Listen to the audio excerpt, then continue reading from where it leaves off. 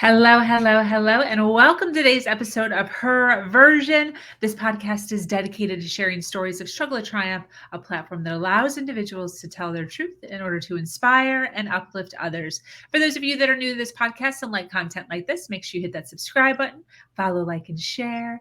I am your host, Sabrina Victoria. Let's jump right in.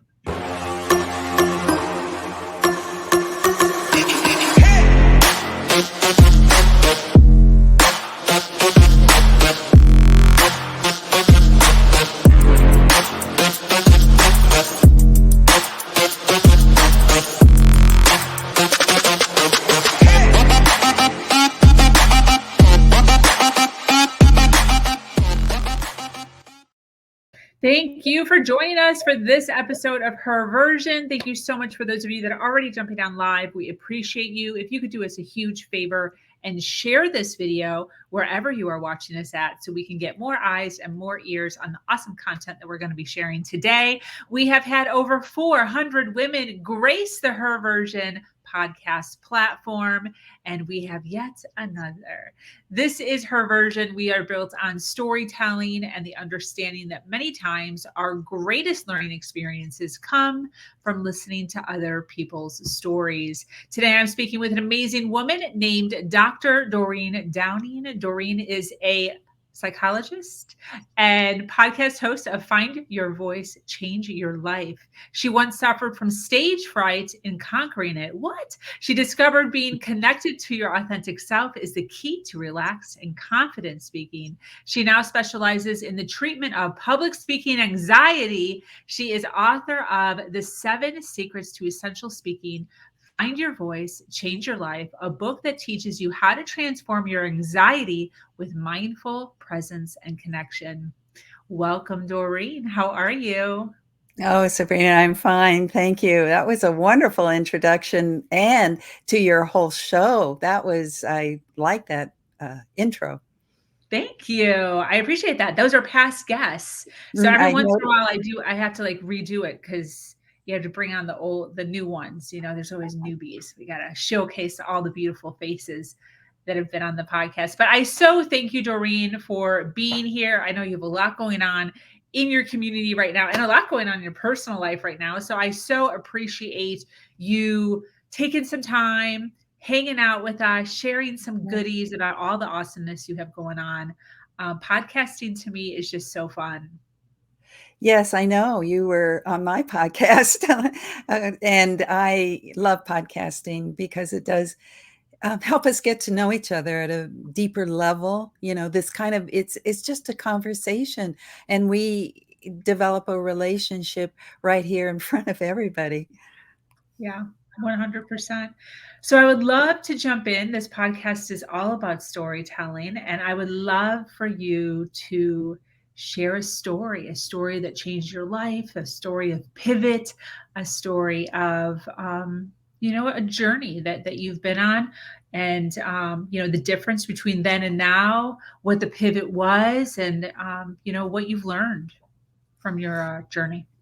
Oh, I could go in at any point along that journey, like when it started, which is actually a deeper self-disclosure. So I think I'll start with something that I think the people who are listening today might relate to is the fact that I already had a business. I was successful. I was PhD in psychology from the University of California, Berkeley. Hello, I was pretty proud of myself. And I hid that I had stage fright. And as long as I was with just one person in my office, it was easy. I'm a great listener. That's my gift, I think, is being able to provide a safe space for people to explore and discover themselves. But there was a way in which put me in front of even 5, 6 people. It was a heart beating way too fast. My ears would close up, my throat would choke, and it was hard. It was really, really, really hard to speak. So I had terrible anxiety, and I was able to hide it. Basically, that's the story. And I know I've worked with lawyers of all things that have to go into court. I've worked with VP of sales who has to show up every week to give a report. So people who find me are those who are hiding the fact that they have stage fright. Do you know where that stemmed from? Has this been Yes. forever? Did something happen? Okay, that's the deeper story.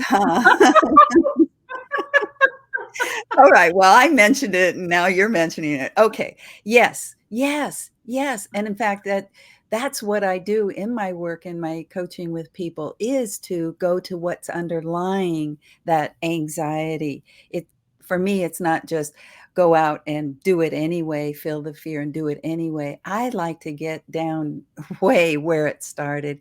And because I'm a psychologist, usually I can find some early incident where it feels like people lost their voice or that was never welcomed in.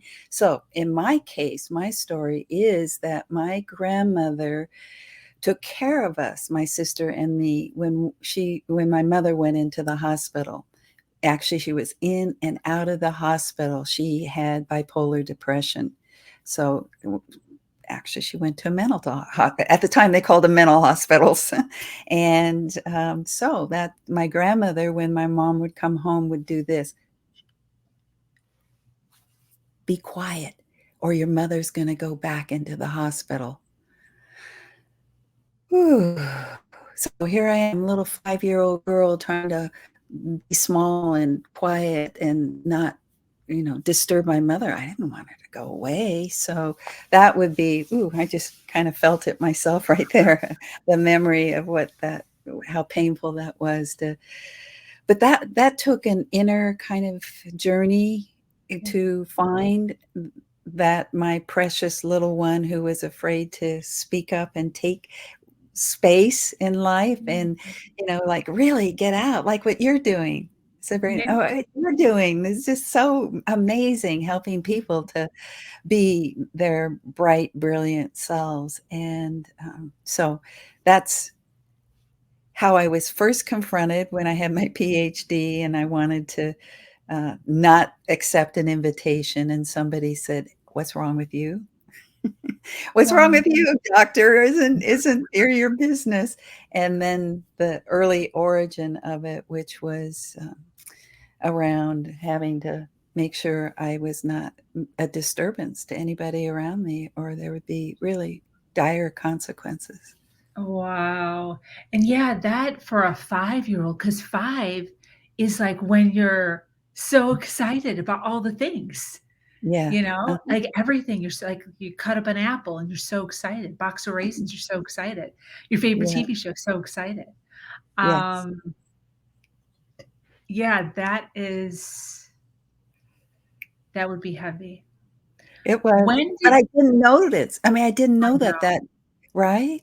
You Yeah. just go on years later. In fact, I was pretty popular in school, and I was worked with the cheerleaders, and so it looked like I was not afraid to speak. Isn't that weird? It just didn't seem like I had a problem, and it just showed up later in life. And I think that's something I hear from people too, is like, I didn't used to be. What happened? So that's sometimes the people I work with have a sudden event, like, they're called to give a report at a meeting, and all of a sudden they didn't do it, and they feel like they failed and couldn't couldn't get the applause that they needed, or the pat on the back from their boss. So it can show up later in life, for sure. Yes. This is so interesting because I actually saw this happen once.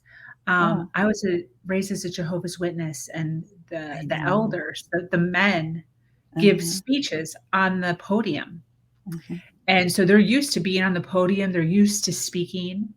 This guy stopped being a Jehovah's Witness. He did it for years, for like 20 years of his life. He's on the podium multiple times a month in front of huge congregations. He goes away, is no longer.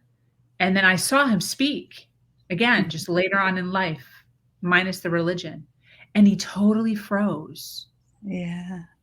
like really bad. Like he even was like, this is so bad. This is so, I'm like, I can't even, I felt really, but that is so interesting. I work with people like that. Yes. Is that Wow. they have an incident later in life and freeze. That was a perfect way to describe it. It is. And actually, I have another person who was in an interview and froze and just got up and walked out. Oh, that is so interesting. So, when did you decide to get into mental, emotional, psychiatry, all that? When did that kind of occur to you that that was your calling or your journey? Well, that's probably the same story, 5 years old, where I Really? So was you just carried yeah, it? I have a moment I remember looking out. I was in my grandma's house and looking out at this garden. She was a gardener with roses, red roses that were so fragrant, and gladiolas and just a full flower fairyland. And in the back, in the house, was mom, which was dark and gloomy and sad. So this idea of, ooh, there's life, in front of me, and here behind me is, oh, it's hard to go there. But because I lived inside the house too, I was very familiar with mental illness, and I was also very fascinated with life, you know, Mm, the brilliance and just the what is so beautiful about growth and joy. And so I think that having both of those experiences early on gave me something that I carried, and probably why I chose psychology somewhere down the line. And I chose psychology probably because it was one-on-one and I didn't have to be speaking to groups. So that yes. would be an answer, I think, to what you asked. Yes. So what are some, when we're looking at individuals who or mingling with individuals who um are struggling with speaking or being in larger crowds, because I'm even just imagining not even speaking but even just being at a party and maybe having four people in your little group, and that you're mingling with. There's individuals that totally clam up even during something like that where they won't speak. You have pointed exactly to why I don't call myself a public speaking coach. Right? Because Oh, okay. I'm exactly like you. I feel like life is the stage. Every moment, even just right now, speaking with you is somewhat it's probably more of a stage, but than sitting with friends. But that was also true of feeling like I'm with my extended family and I'm not as verbal as other people. So they it feels like there were not enough room for me, and I like what you pointed to for people to realize that their voice, you don't have to, if you're struggling in any sort of way expressing yourself in any situation.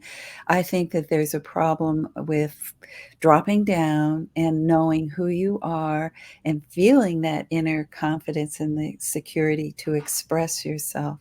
And that's more the work that I do.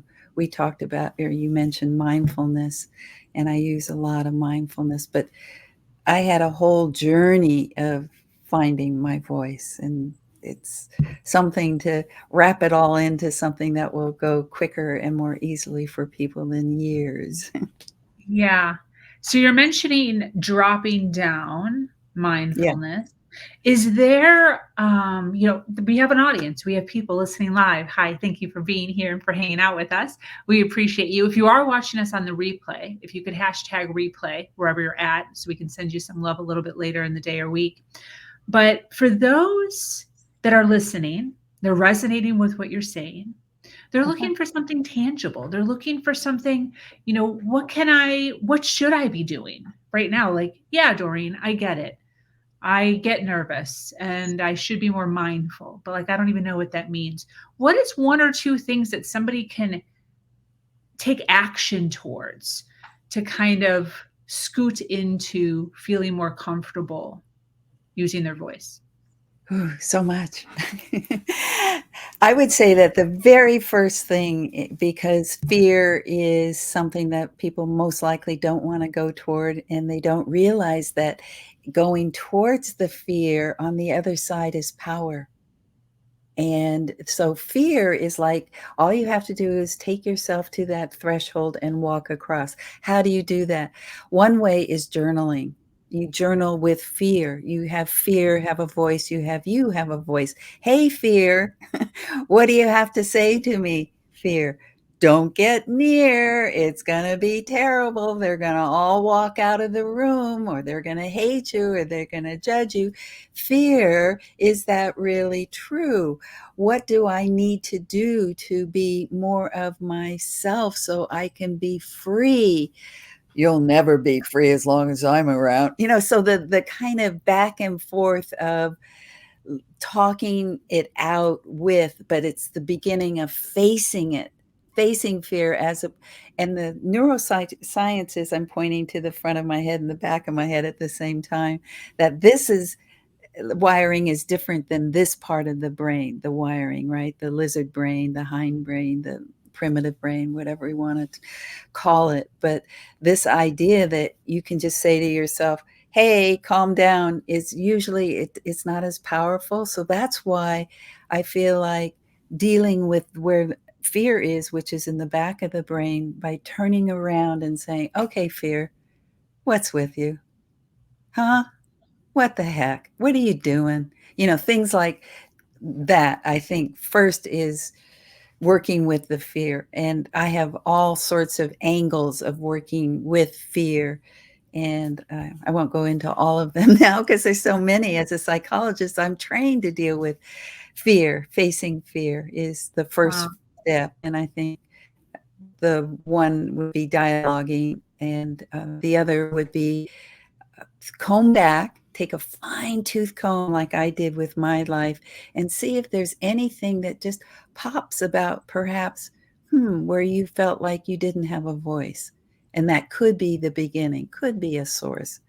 I know, Sabrina, you've talked about being Jehovah Witness early on, and how that just, you had to kind of scoot yourself into a little role and not be your true self early Mhm. on. Yeah.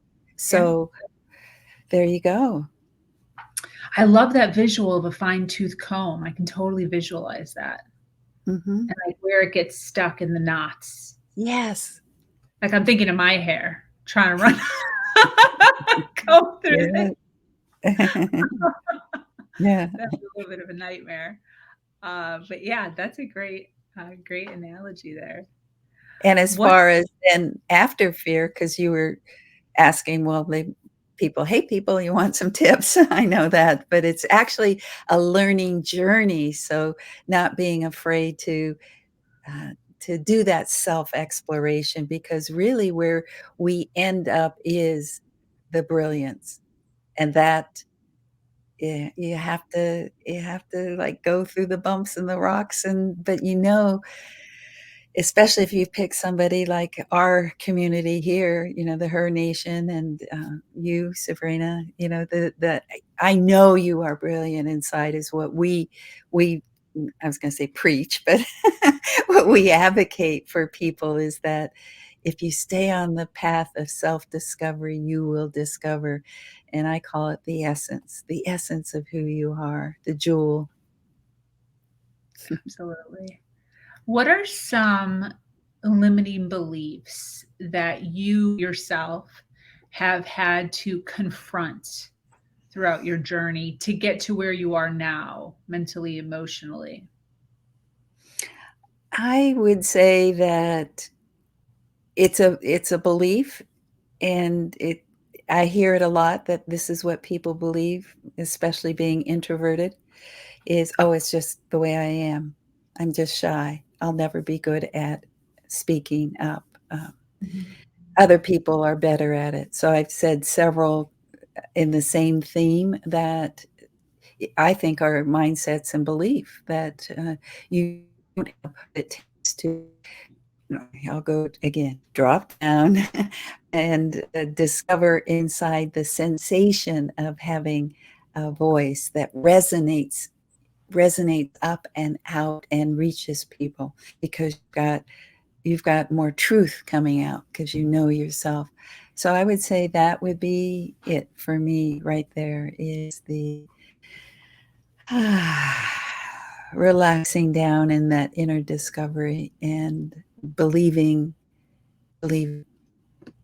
and the mind that is, I'm not enough, that's not true, or I can't, I'm just that way. I've always been that way. As far as I can remember, I've been afraid of speaking. That's what When change is about, isn't it? I think that there's a lot of I guess questioning around whether or not everybody gets a little nervous before getting on stage. Like, what's normal? What's successful? So, like, either me myself have never gone through training, or somebody who has gone through your entire, training or process. Does fear of speaking, does a little pitter patter ever go away? What is success? What should we actually be feeling when we're up in front of people or in big crowds? What's normal? I love your questions. These are such good questions for people to hear. That when I work with people, want to get rid of fear.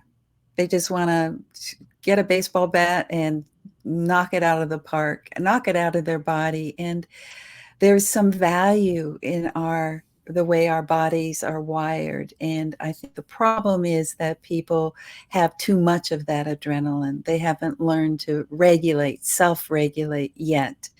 And so that the idea of having a little bit I know that people say anxiety is actually excitement, although the people I work with say, that mindset may be good for others, but physically it's not for me. Excitement, they say, no, it's fear.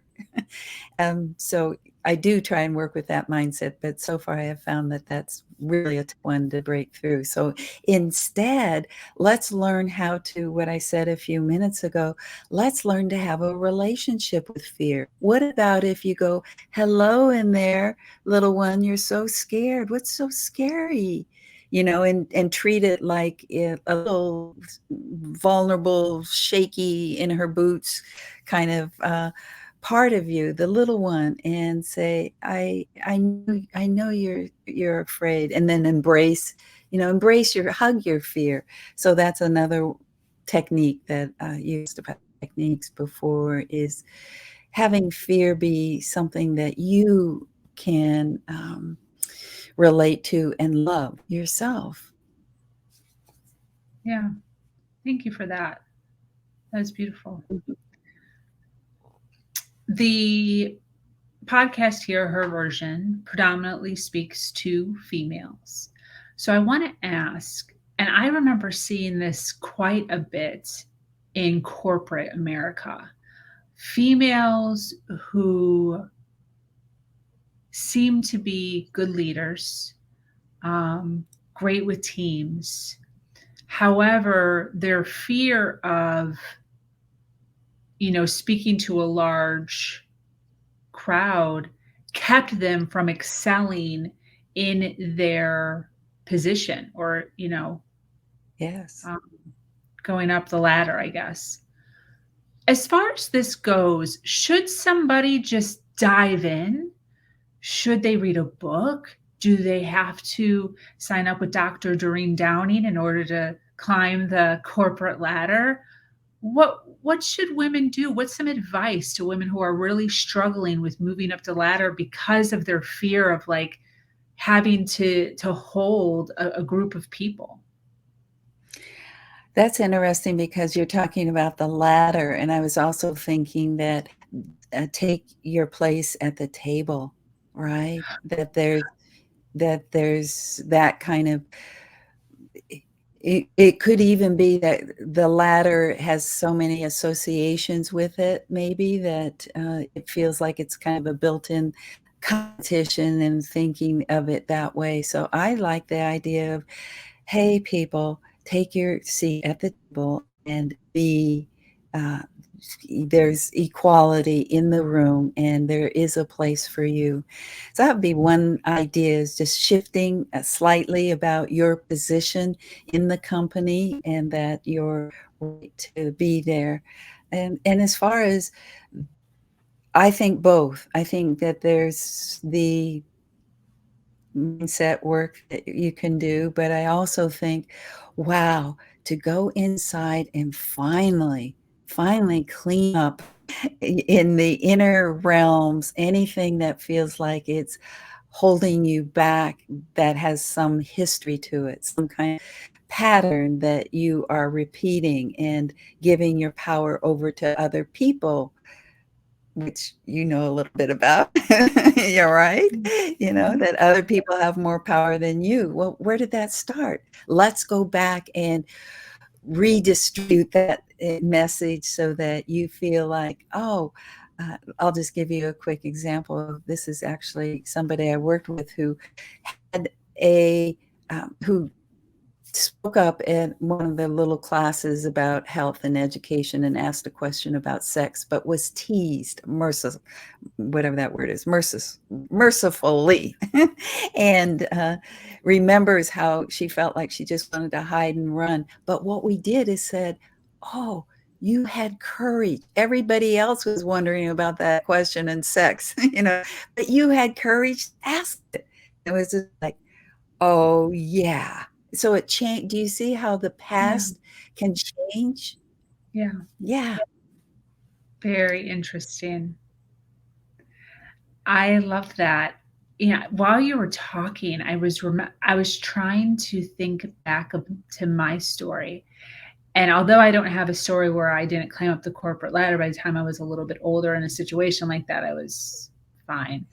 Um, but when I was younger, I worked at a grocery store when I was 16, 17 years old, and they came to me and offered me the cashier position within like 4 or 5 months of me working there, because I'm like put together, like I'm smart, you know. So I started as a bagger and cart pusher, and they wanted me to graduate to cashier.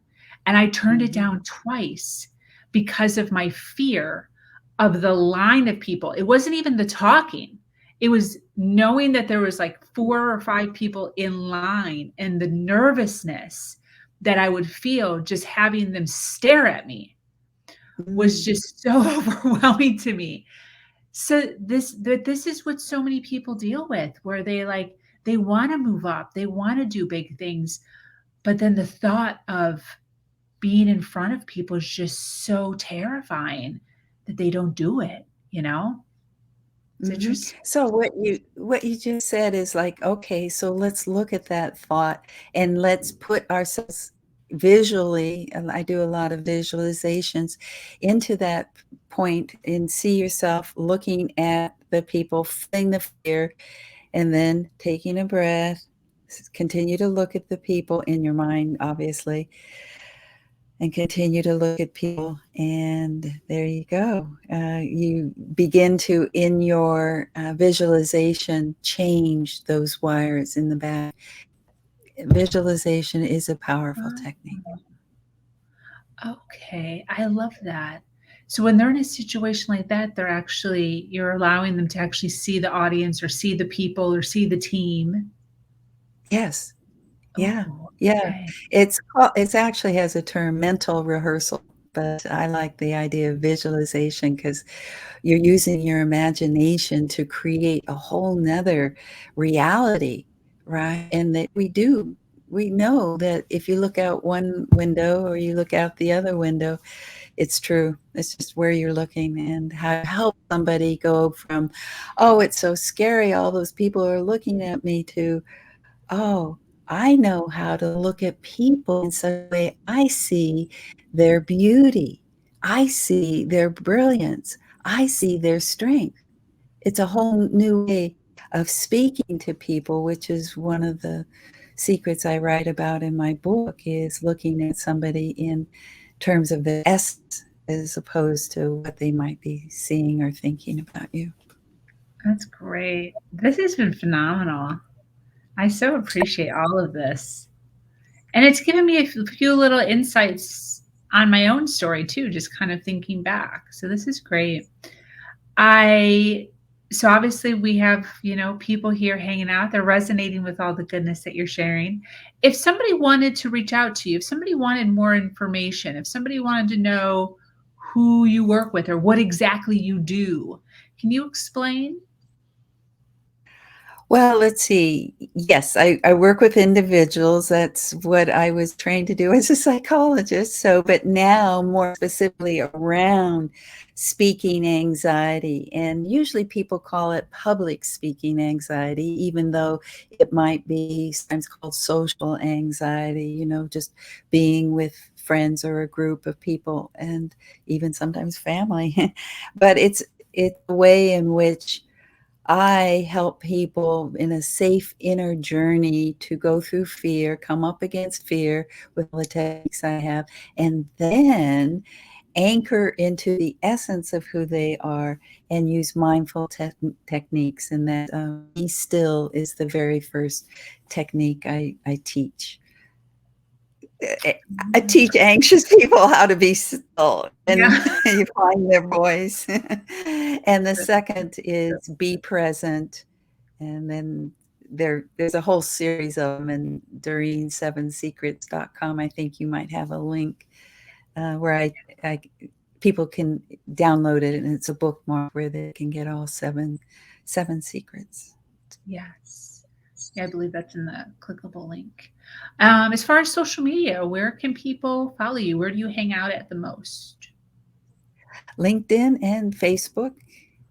Basically, I actually have a VA who helps on Instagram, but I'm not as active there. But so Facebook and LinkedIn. Awesome. And what are your big dreams for you and your community? For myself, Sabrina, I just actually I read my own book.